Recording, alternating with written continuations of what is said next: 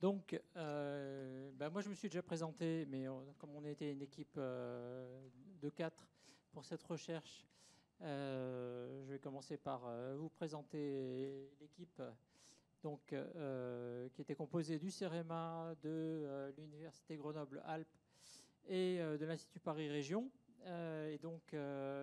Au CEREMA, il y avait en dehors de moi, donc il y avait Guillaume Lesec qui est dans la salle, que je salue, et également Bertrand Leroux et Manon Petitpain, qui sont deux collègues de Nantes qui ont travaillé sur la charge foncière, notamment sur lesquels je reviendrai tout à l'heure. Donc Thierry Petit pour l'Institut Paris Région et Sylvie Duvillard et Paulette Duhart, ici présente aussi, pour l'Université Grenoble-Alpes. Donc une complémentarité avec à la fois des économistes, des géographes pour travailler sur cette question, des spécialistes de la propriété privée, des spécialistes de la gouvernance et d'autres des entreprises. Cette recherche, bon, je vais pas trop m'attarder sur les hypothèses qui avaient présidé à notre projet, simplement pour vous dire que on avait fait le choix de s'intéresser à la demande foncière immobilière des entreprises aussi à l'époque, parce que dans un précédent travail qu'on avait mené avec Sylvie Duvillard, on avait constaté une certaine, je dirais, un certain écart entre l'offre des collectivités territoriales, offre foncière, et puis ce que semblaient nous indiquer quelques entreprises sur leur demande foncière immobilière. Il nous avait semblé important de mieux qualifier cette demande dans toute sa diversité, que ce soit en taille d'entreprise, en secteur d'activité et en localisation. On a abordé cette question aussi sous cet angle-là, tout en évidemment dialoguant avec les collectivités locales sur la façon dont elles abordent aussi la demande que leur adressent les entreprises, aussi bien dans leur dispositif de gouvernance, des stratégies que des politiques qu'elles mettent en place.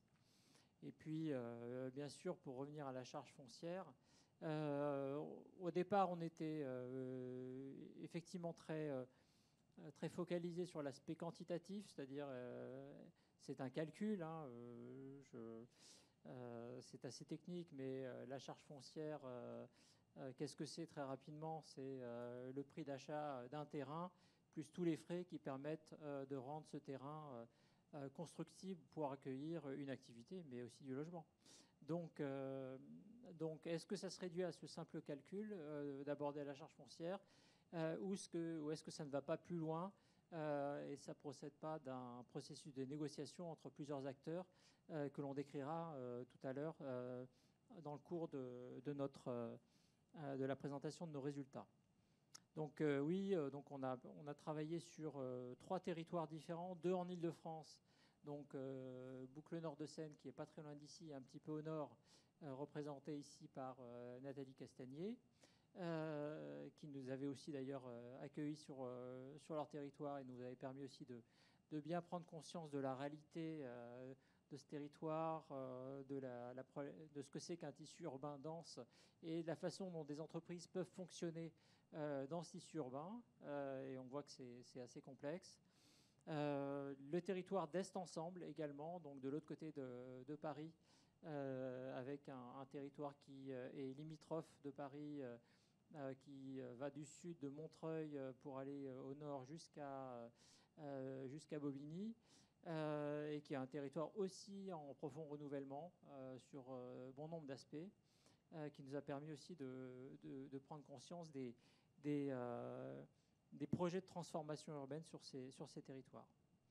Et puis Valence-Romand Agglomération, qui est représentée aussi par Chad Sorad, voilà, qui est ici, qui interviendra aussi tout à l'heure à la table ronde, qui est un territoire évidemment très différent de l'Île-de-France, mais un territoire aussi qui commence à être sous pression foncière, et un territoire sur lequel l'industrie et l'artisanat cherchent aussi à se développer et à trouver une place dans le tissu urbain, que ce soit en ville-centre ou en périphérie.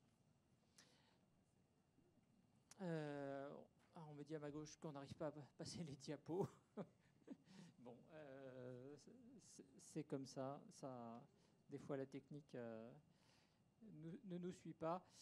Alors, en termes de méthode de travail, comment on s'y est pris? En fait, on a eu un travail assez classique d'analyse documentaire, où on a passé en revue en fait toute la littérature qu'on a pu trouver qui traitait de la demande foncière immobilière des entreprises.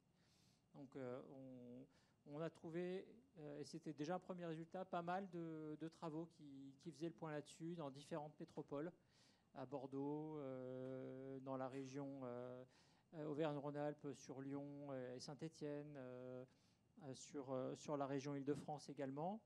Et donc, on a regardé comment, par quel segment, par quelle forme de catégorie ils abordaient la demande foncière et immobilière des entreprises. Et puis on a aussi travaillé sur ce que pouvait être cette demande foncière immobilière. Donc c'est Thierry qui vous en parlera dans le détail à partir de données du bureau d'études en Coris, et bien sûr d'entretien de prise de contact et d'entretien exploratoire avec les collectivités territoriales, les 3 territoires que je vous ai cités tout à l'heure. Ensuite, on a été sur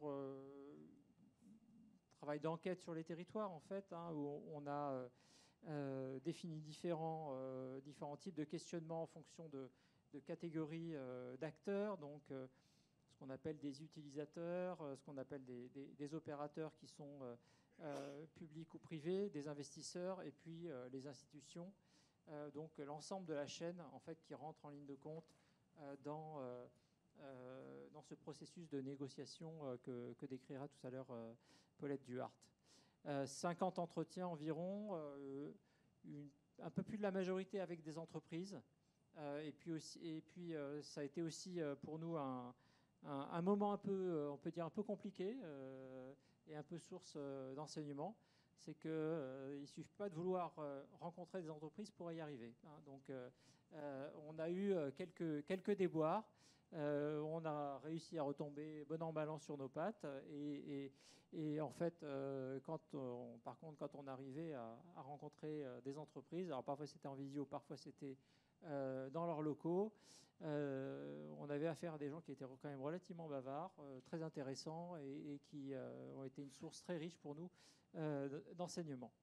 Et le dernier point donc, de cette méthode porte sur la constitution d'une base de valeur foncière immobilière pour, je dirais, essayer de formaliser un petit peu les questions de prix des locaux, de type de transactions qui se déroulent sur ces territoires, et au final, comment se placent les activités industrielles et artisanales dans ces mutations, ces transactions, et dans les niveaux de prix qui sont pratiqués sur ces territoires.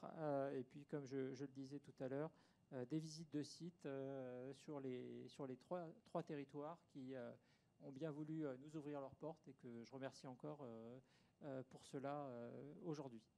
Voilà, donc on va tout de suite rentrer dans le vif du sujet avec Thierry, qui va nous parler de la demande foncière et immobilière des entreprises industrielles, notamment en Île-de-France. Et Thierry va vous expliquer tout ça. Donc bonjour, merci donc, de nous permettre de nous exprimer sur cette étude. Donc moi je vais aborder la question de la demande des entreprises industrielles. Ce sera vu donc à travers le prisme principal de données qui nous ont été fournies par le cabinet Ancoris, qui nous a produit une étude à la demande, mais qui nous a aussi donné accès à ces données sources sur l'Île-de-France. Alors pourquoi juste sur l'Île-de-France? Tout simplement parce que c'était le seul territoire qui permettait d'avoir une masse suffisante pour pouvoir en tirer quelques analyses un peu croisées. C'est ce que je voulais vous livrer ici. Avec quelques exemples choisis, justement, c'est sur ce qui m'a plutôt interpellé et qui m'a semblé intéressant de partager avec vous. Alors, le premier constat, alors peut-être avant d'aller juste sur le premier constat, juste on travaille sur 265 établissement, enfin, demande d'implantation d'entreprise, donc c'est la demande brute, c'est-à-dire telle qu'elle est formulée lorsque l'entreprise recherche à s'implanter ou à se déplacer, parce que parfois elles sont juste déjà franciliennes, au sein de l'Île-de-France. Il s'agit de demandes qui intéressent soit l'Île-de-France, soit des territoires dans lesquels l'Île-de-France peut faire partie des possibles. Donc il y a tout un tas de critères et de cases qui sont remplis par Ancoris lorsque l'entreprise fait sa demande. Et parmi ces critères, il y a notamment la question quel type de bien vous recherchez. Ce qui est intéressant, et c'est ce qu'on voit ici, c'est qu'en fait, la majorité recherche plutôt des locaux. Pourquoi? Alors ça, c'est ce qu'on voit plutôt lors des entretiens, c'est qu'en fait, ça permet d'aller beaucoup plus vite. Quand on a un besoin, on cherche à y répondre le plus vite possible. Souvent, quand on est en extension, c'est parce qu'on a acquis un nouveau client et on veut lui répondre au plus vite, on ne veut pas perdre ce client, ou tout simplement parce qu'arrêter la production, ça coûte très cher. Et en plus, faire construire, ce n'est pas forcément le cœur de métier d'une entreprise, c'est compliqué. Donc en fait, même si ça ne répond pas pleinement à leurs besoins, entrer dans un local existant, c'est souvent la meilleure solution, en tout cas la moins mauvaise. On constate que la recherche de terrain pur, c'est que 10% à 11% des demandes. Donc c'est ce que je disais. Et ça correspond bien à ce que, justement, ce que m'a confirmé, ne serait-ce qu'hier, la SEM de Seine-et-Marne, qui me disait que sur leur territoire, seulement 10% des demandes concernent en fait du foncier pur. Alors, on passe à la suivante. Autre modalité, donc, c'est de savoir quel type de mode d'occupation rechercher les entreprises. On voit là aussi que l'occurrence principale, c'est l'achat. Ceci dit, tout dépend en fait du bien recherché. Et c'est ce qu'on voit sur les petits graphiques sur le côté. Quand on cherche un terrain pur, on va dire, ça paraît évident, mais en fait, on cherche de l'achat principalement. Par contre, quand on est sur des locaux, on est plutôt majoritairement sur de la location. En fait, il y a une question de maturité aussi de l'entreprise derrière qui vient se placer. Alors, attendez, j'avais noté des petites choses justement. Non, ça va. Ah, passer les diapos. Merci. Et ce qui est intéressant, notamment, ce que j'ai pu noter, c'est que l'achat domine à partir du moment où les projets dépassent les 19 salariés. C'est-à-dire qu'en fait, la location, c'est plutôt pour des petits projets. En fait, il y a vraiment une question de maturité de l'entreprise. Quand on est petit, qu'on vient de s'implanter, qu'on démarre, on est plutôt sur quelque chose qui est encore en très forte mouvance, donc on recherche plutôt de la location. À partir du moment où on commence à être établi, on a plus les moyens d'investir aussi tout simplement dans des locaux immobiliers, et on a plus en besoin de recherche de local un peu plus pérenne, et donc là, on est plus en mesure d'acheter. Et puis, à la fin, on a aussi le fait que quand on est une très grande entreprise, on a plutôt tendance à chercher des terrains. Alors, je vais passer très vite sur cette diapositive. Oui, on peut même passer à la suivante. Vous aurez le... Non, mais c'est peut-être pas le plus intéressant. Par contre, ce qui est intéressant aussi, c'est qu'on voit que Ancoris, on va dire, classe les demandes en fonction du degré de mobilité. Alors, juste deux mots. Qu'est-ce que ça veut dire, mobile, très mobile, etc. Pas mobile, en fait, ce sont les entreprises qui recherchent à s'implanter sur une commune ou dans l'intercommunalité. Peu mobile, c'est plutôt entre des intercommunalités qui se touchent. Assez mobile, donc on est plutôt au niveau des départements, et très mobile, on est plutôt au niveau régional. Donc c'est national qui concerne l'Île-de-France, éventuellement, ou seulement Île-de-France. Donc on voit bien que là, on a quand même une majorité des projets qui sont plutôt mobiles, courte majorité, et dans l'autre sens, assez peu qui sont peu mobiles. Alors là, c'est sûrement lié aussi à la façon dont Ancoris travaille et la demande qui lui est adressée par les collectivités. Donc je ne vais pas trop m'étendre là-dessus. Malgré tout, ce qui était intéressant de regarder, c'est est-ce que les projets très mobiles concernent un certain type d'entreprise. Et en fait, oui. C'est-à-dire que les projets de 100 salariés et plus sont très majoritairement en fait des projets très mobiles.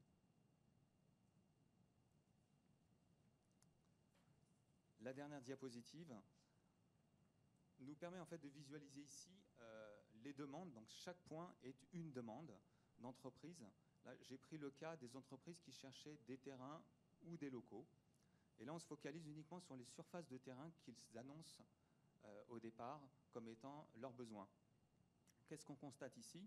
Donc on voit très mal, mais il y a une ligne jaune qui montre la moyenne. On est à 28 000 m² en moyenne. On a la ligne rouge qui est en dessous, c'est la médiane, c'est-à-dire 50% de la demande. Et qu'est-ce qu'on constate? Qu'en fait, 83% de la demande se situe au niveau ou sous la moyenne. Le reste, c'est bien sûr au-dessus. Et la médiane, c'est quand même, donc, comme son nom l'indique, 50% est à 6000 m² seulement. Donc ça veut dire d'une part que l'essentiel de la demande concerne des petites surfaces. Néanmoins, il existe quand même une demande pour des grandes surfaces, c'est-à-dire 5 hectares et plus. Et par exemple, pour l'Île-de-France, on a uniquement 6 demandes. J'ai oublié de préciser que les données sur lesquelles on travaille portent sur les dates 2017-2021. Donc ces 6 demandes, en fait, représentent des demandes d'entreprises qui, on ne sait pas en fait si elles ont été satisfaites ou pas, mais ce qu'on sait, c'est qu'en Île-de-France, c'est de plus en plus compliqué de trouver des terrains, ne serait-ce que de 2 hectares et plus. Donc on voit bien là, uniquement sur 6 demandes qui ont été adressées via le cabinet Ancoris sur des surfaces de 5 hectares et plus, on imagine qu'elles ont eu du mal ou n'ont pas trouvé à satisfaire à leurs demandes.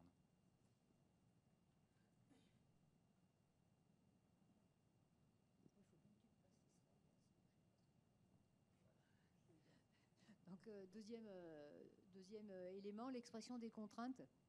Pourquoi nous avons mis l'expression des contraintes? Là, c'est vraiment à partir des entretiens qu'on a menés, à la fois du côté des territoires qui nous ont accueillis et ouvert leurs portes, et des entreprises.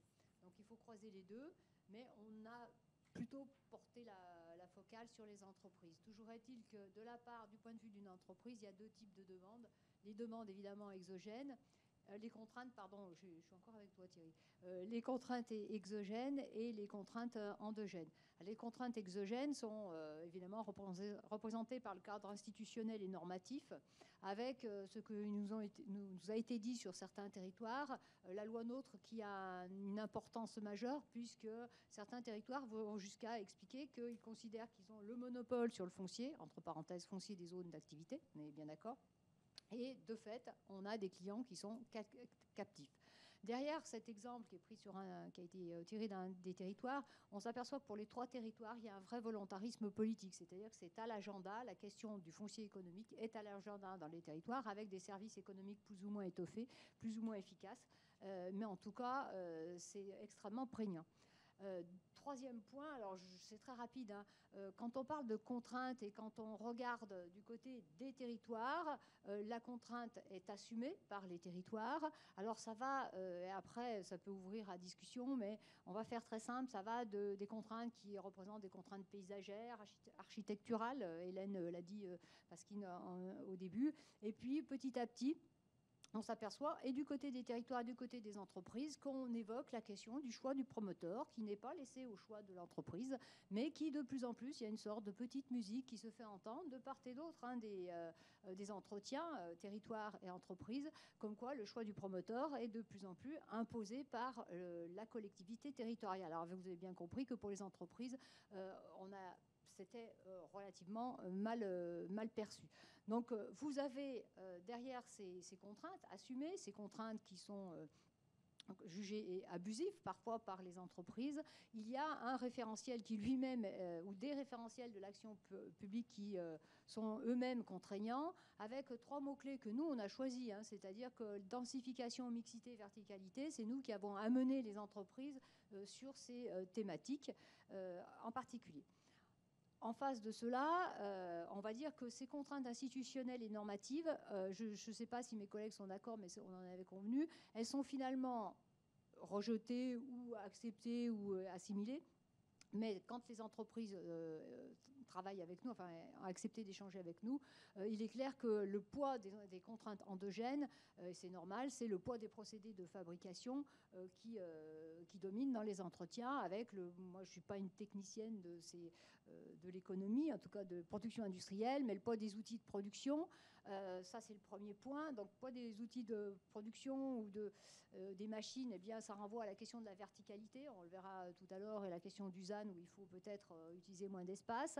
Deuxième élément très important, les flux de circulation. Alors les flux de circulation, entendons-nous bien, c'est des flux de circulation qui entendent celui des des entrants et des sortants, mais aussi, surtout, mais ça c'est conjoncturel, ce que nous ont dit les entreprises, nous, l'important c'est le salarié. On est dans l'ordre du discours, c'est comment les salariés vont venir chez nous, comment les salariés vont pouvoir stationner, et ces flux de circulation, plutôt que de penser aux marchandises ou à la production, c'est un souci qui était très marqué pour les salariés. Et il semblerait, donc, pour étayer un petit peu ce deuxième point, on a l'impression que les entreprises sont assez exigeantes sur les flux de circulation dès lors qu'elles sont assignées à résidence. C'est-à-dire que si elles ne peuvent pas se déplacer ou trouver un moyen de s'y rendre ailleurs, eh bien, on sent dans leur discours une exigence très marquée auprès des collectivités pour fluidifier effectivement la circulation.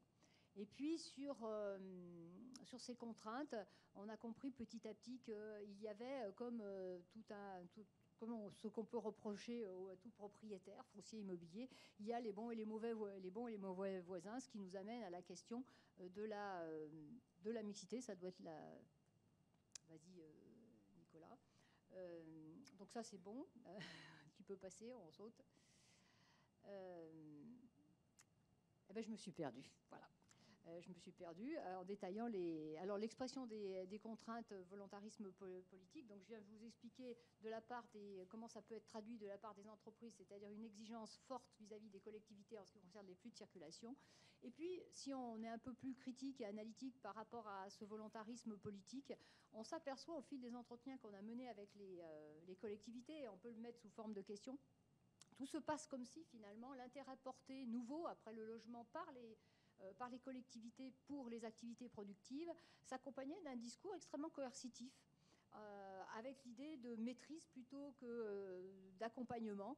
Et effectivement, on a relevé un verbatim d'une entreprise, c'est un choix qui est fait sous contrainte forte, obligé de passer par un promoteur car la SEM empêche l'achat direct. Or, le promoteur savait faire des bureaux, mais pas vraiment une coque pour une usine frigorifique.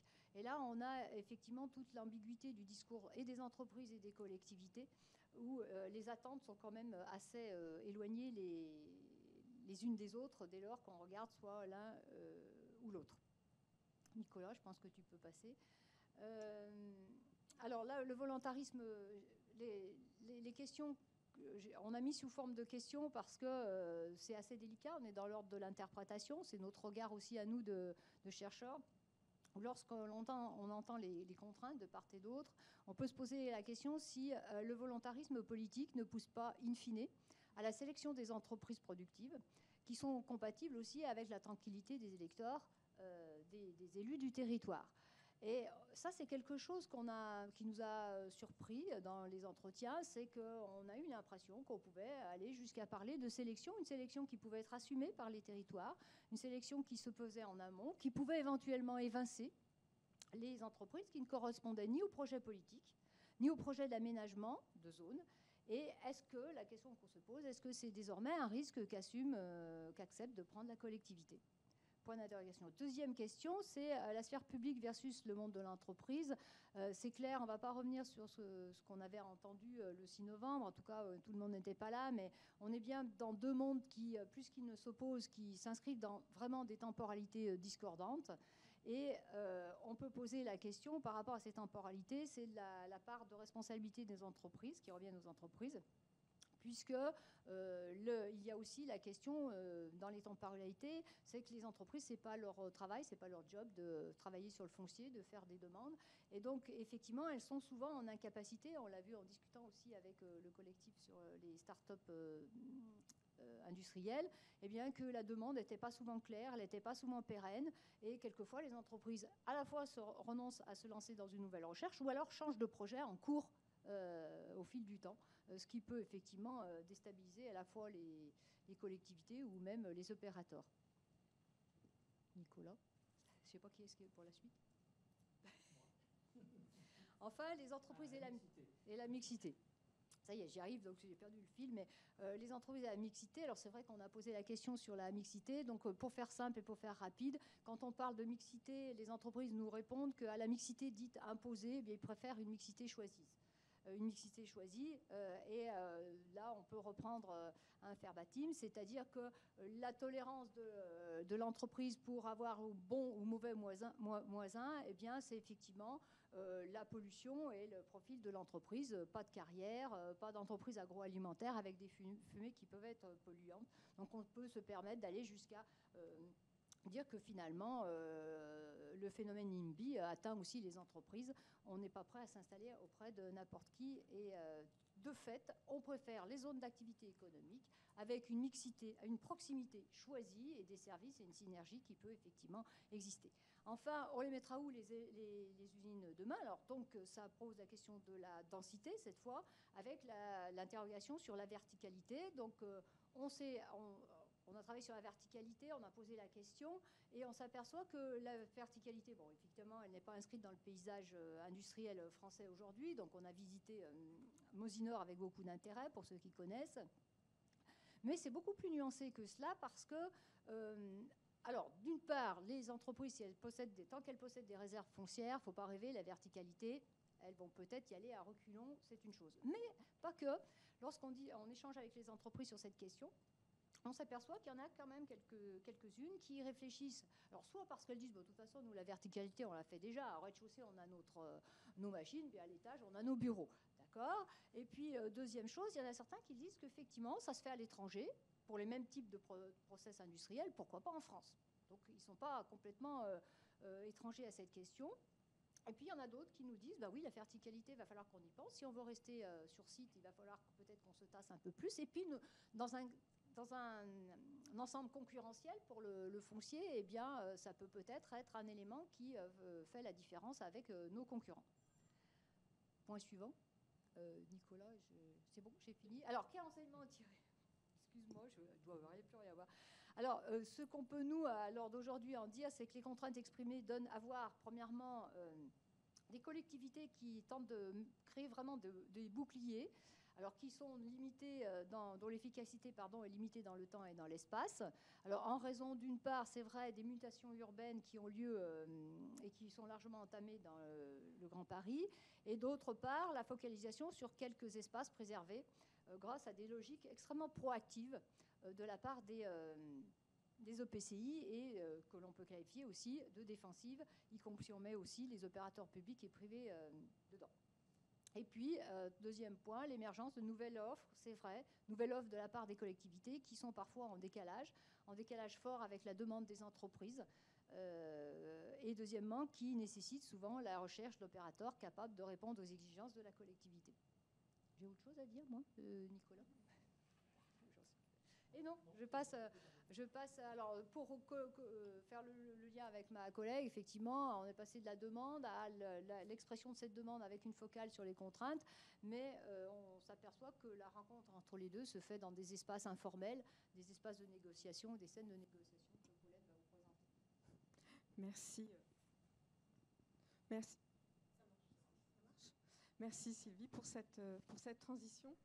Donc oui, donc je vais vous présenter donc ces questions de processus de transfert du foncier et de l'immobilier entre les acteurs et vous présenter en fait quelques situations types de transfert et notamment de négociation. Première situation, notamment une situation de négociation. Alors vous allez voir, beaucoup des situations que je vais vous présenter sont des situations de négociation, comme on dit, bilatérales, entre deux parties prenantes, entre deux acteurs. Rares sont les situations multilatérales où on a autour de la table les différents acteurs qui négocient le foncier ou l'immobilier. Donc, première situation, une situation où, en fait, on a un dialogue entre un propriétaire foncier, public ou privé, qui propose du foncier ou de l'immobilier, et une entreprise future utilisatrice à la recherche donc, de ce foncier et de cet immobilier. Donc, il n'y a pas d'acteur intermédiaire, il y a des discussions. Alors, ces discussions sont des discussions évidemment informelles, entre ces deux acteurs et on discute évidemment de la valeur du foncier, de l'immobilier, de certaines contraintes aussi, d'accessibilité, etc. Et donc, il y a des discussions et des négociations qui sont établies. Deuxième type de situation, ce sont des situations de négociation où des acteurs intermédiaires apparaissent entre les propriétaires fonciers immobiliers, privés ou publics, et les entreprises futures utilisatrices. Dans le cadre de ces acteurs intermédiaires, alors tout dépend dans quel type de territoire on se situe. Quand on est dans des territoires, et notamment quand on a affaire à du foncier, de l'immobilier qui est plutôt public, maîtrisé par le public, on va avoir comme acteur intermédiaire, on aura la collectivité qui, elle, va déléguer cette activité de gestion de négociation à des promoteurs. Quand on est dans des configurations où le propriétaire est plutôt un propriétaire privé, l'acteur intermédiaire, les acteurs intermédiaires seront plutôt des acteurs privés, promoteurs, investisseurs, etc., en dehors voilà, dans des cadres plus diffus, hein, où en fait la collectivité n'a pas la mainmise, n'a pas la maîtrise de ce foncier et de cet immobilier.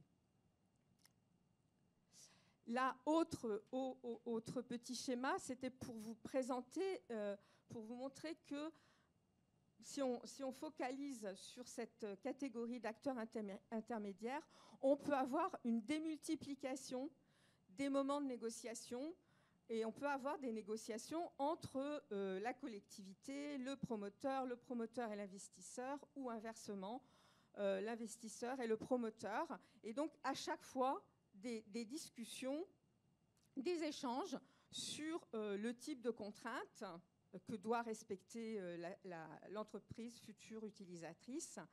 Et puis, évidemment, la discussion sur les prix du foncier et de l'immobilier. Donc là encore, pour vous montrer que ça peut être de plus en plus complexe, hein, et que c'est variable, ce qu'il faut retenir, c'est qu'on a toujours affaire à des discussions qui sont informelles, des négociations informelles. On est sur de la négociation qui est une négociation de type classique, sans dispositif particulier, et que les acteurs discutent au gré, hein, de leurs besoins, hein, pour arriver à conclure, hein, sur les processus de négociation et à transférer la propriété foncière et immobilière. Et évidemment, Sylvie l'avait évoqué, elle évoquait la question des temporalités. Ces processus peuvent prendre plus ou moins de temps, hein. Vous avez des entreprises futures utilisatrices qui mettent des mois, voire des années, hein, à discuter leur implantation, leur transfert ou leur redéploiement, hein, sur un même territoire.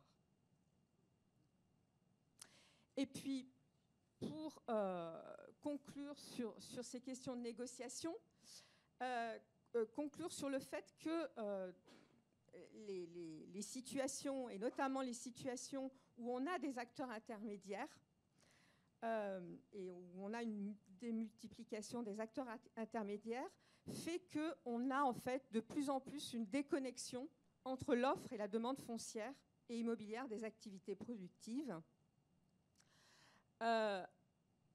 Autre constat ou effet de cette démultiplication des moments de négociation, c'est que finalement, certaines entreprises futures utilisatrices, souvent tributaires des exigences et des intérêts des acteurs intermédiaires, et je pense notamment aux investisseurs, ne sont pas sûrs en fait d'être les destinataires de l'offre foncière et immobilière.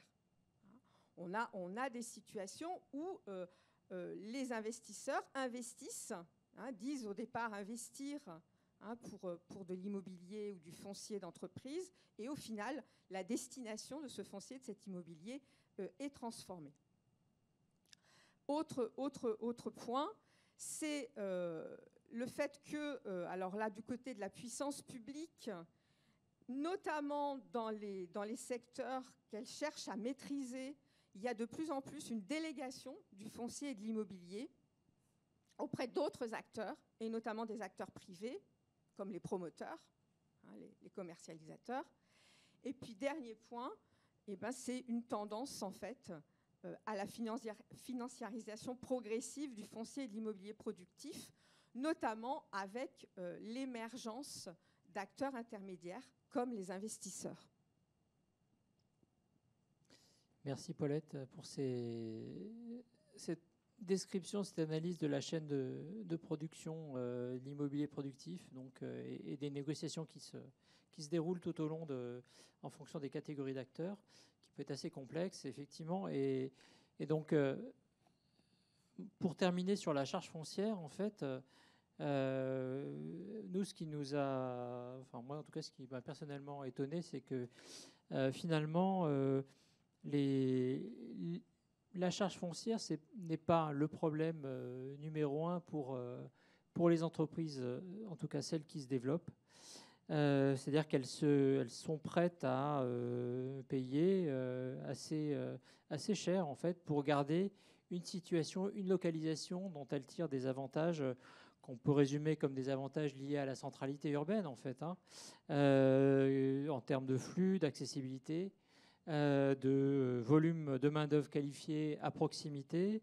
On peut ajouter aussi de clientèle aussi, hein, leur clientèle étant parfois très particulière. Ça peut être sur l'activité aéronautique, les aéroports, on l'a vu sur certaines entreprises, quand elles produisent des liquides de refroidissement d'antigel pour les avions. Quand elles travaillent avec un réseau de restaurants et de brasseries très important sur l'ensemble de la région parisienne, ou sur des chantiers de construction, et Dieu sait qu'il y en a dans la région parisienne actuellement avec le Grand Paris Express et les Jeux Olympiques. Et donc elles sont très, très captives de ces éléments-là. Maintenant, en raison des contraintes qui ont été présentées aussi par Sylvie, tantôt endogènes, tantôt exogènes, plusieurs entreprises sont quand même amenées à partir plus ou moins loin, en troisième couronne, dans les régions, en tout cas, ou parfois à proximité. Hein. Quand je dis dans les régions, ça peut être dans l'Oise, bien sûr, comme dans la région PACA, ou peut-être dans la Drôme aussi. On en a vu quelques-unes.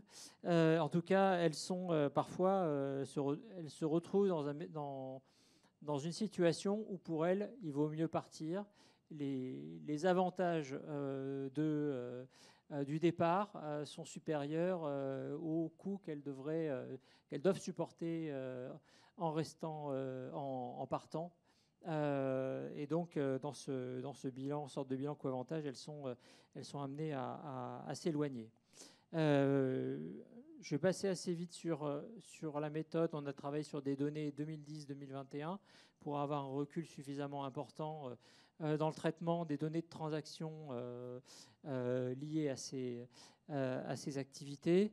On a essayé donc de travailler, et on a travaillé avec des données partielles parce qu'elles sont très difficiles à articuler entre elles, entre les données de localisation, les données de transaction et les données de destination des bâtiments, puisqu'on a bien essayé en fait de reconstituer la chaîne, de voir à quel terrain ou quel local on avait affaire, à regarder quand il faisait l'objet d'une transaction et à regarder ensuite s'il donnait lieu à un permis de construire et si ce permis de construire induisait des modifications et un changement de destination entre activités.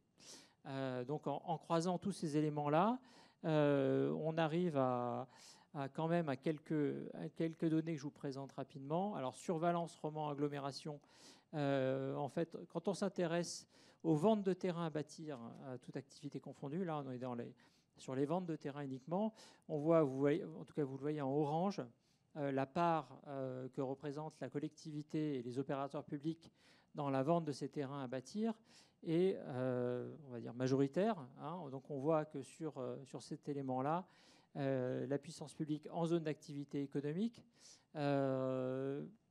a une certaine maîtrise du marché, en tout cas peut l'influencer et réguler son fonctionnement. Donc vous avez à gauche, enfin à gauche plutôt, et donc à votre droite, les terrains à bâtir pour de l'artisanat et de l'industrie, qui représentent le plus gros volume de transactions. Ensuite, les bureaux, les commerces, les entrepôts, et puis la restauration.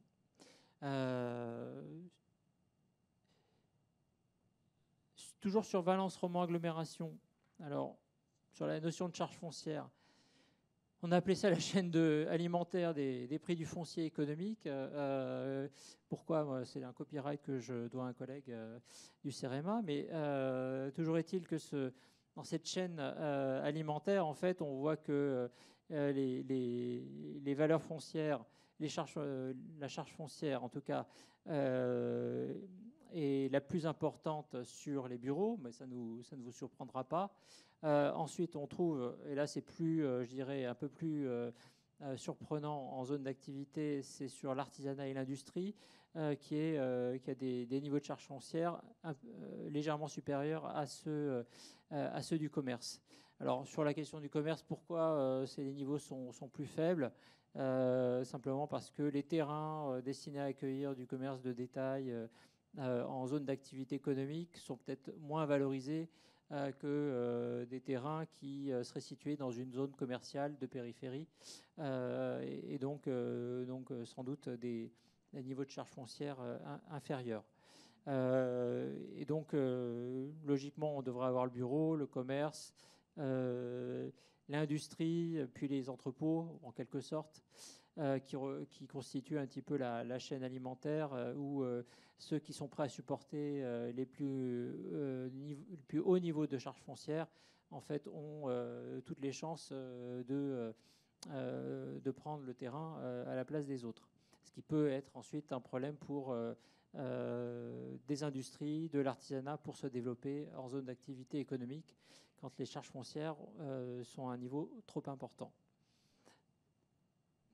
Sur Instant Ensemble, alors on est sur un marché, peut-être expliquer 2 minutes le graphique, hein. En orange, on est en zone d'activité économique.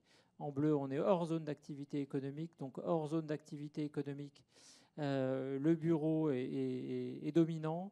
Et donc on est sur plutôt des destinations stables, c'est-à-dire que l'activité tertiaire et le bureau restent la règle. Il y a peu de changements d'affectation. Là où il y a des transformations, c'est plutôt ce que j'ai entouré en orange à votre droite, et donc où on retrouve des changements de destination avec une transformation en activité tertiaire ou en bureau, que ce soit en zone d'activité ou hors zone, qui démontre aussi un marché où les locaux ne sont pas forcément toujours très adaptés pour accueillir des activités productives. L'autre point sur Boucle Nord de Seine, alors là, vous avez le nombre de mutations enregistrées sur les locaux d'activité dans une partie des zones d'activité de Boucle Nord de Seine.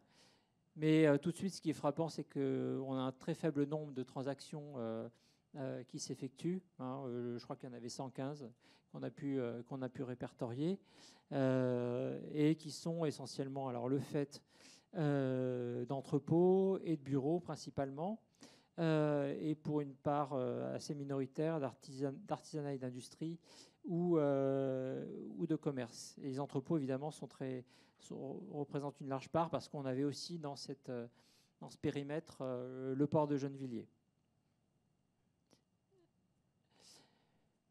En termes d'enseignement, bon, nous, ce qu'on constate, c'est que finalement, quand on additionne terrain à bâtir et locaux d'activité, même en zone d'activité économique, en fait, la collectivité a une maîtrise relativement limitée. Alors, vous le voyez sur ce camembert. Ce qui est en orange, ce sont les transactions de terrain ou de locaux réalisées sur Valence Romand Agglomération en zone d'activité. Donc, on voit que c'est 18% seulement. Donc, c'est loin d'être la majorité. Hein. Et puis aussi, il y a un angle mort qui nous semble aujourd'hui très important à la fois dans les politiques publiques et aussi dans les outils d'ailleurs d'observation, c'est sur tout ce qui est hors zone d'activité économique.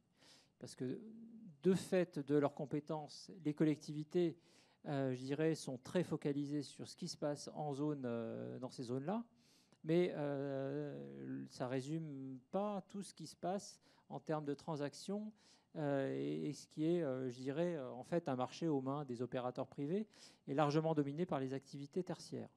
Donc là, vous voyez, sur Boucle Nord de Seine, on a bien cette prédominance qui est le fait des opérateurs privés sur l'ensemble des typologies de locaux d'activité. Et hop, je crois que c'était la dernière d'apo d'ailleurs. Voilà, donc on vous a présenté la plupart des résultats. Vous voyez que saisir la demande foncière immobilière, ça reste quand même complexe. La demande, elle est multiforme, elle est protéiforme, elle dépend des activités auxquelles on s'adresse aussi. Mais je dirais que les entreprises ne vivent pas finalement le foncier comme étant, je dirais, une sorte de mur infranchissable. C'est un élément parmi d'autres et un élément qui pour elles, si elles sont en situation de se développer, je dis bien si elles sont en situation de se développer, constitue finalement un élément secondaire dans leur réflexion. Je dirais que la priorité des priorités pour une entreprise, c'est que l'exploitation de l'entreprise se maintienne, soit en continu et ne soit pas affectée ou le soit à minima par un déménagement, par un projet d'aménagement ou un développement. Et par rapport à ça, c'est vrai qu'aujourd'hui, il y a toutes les contraintes qui pèsent sur elles et qui ont été décrites aussi par Sylvie.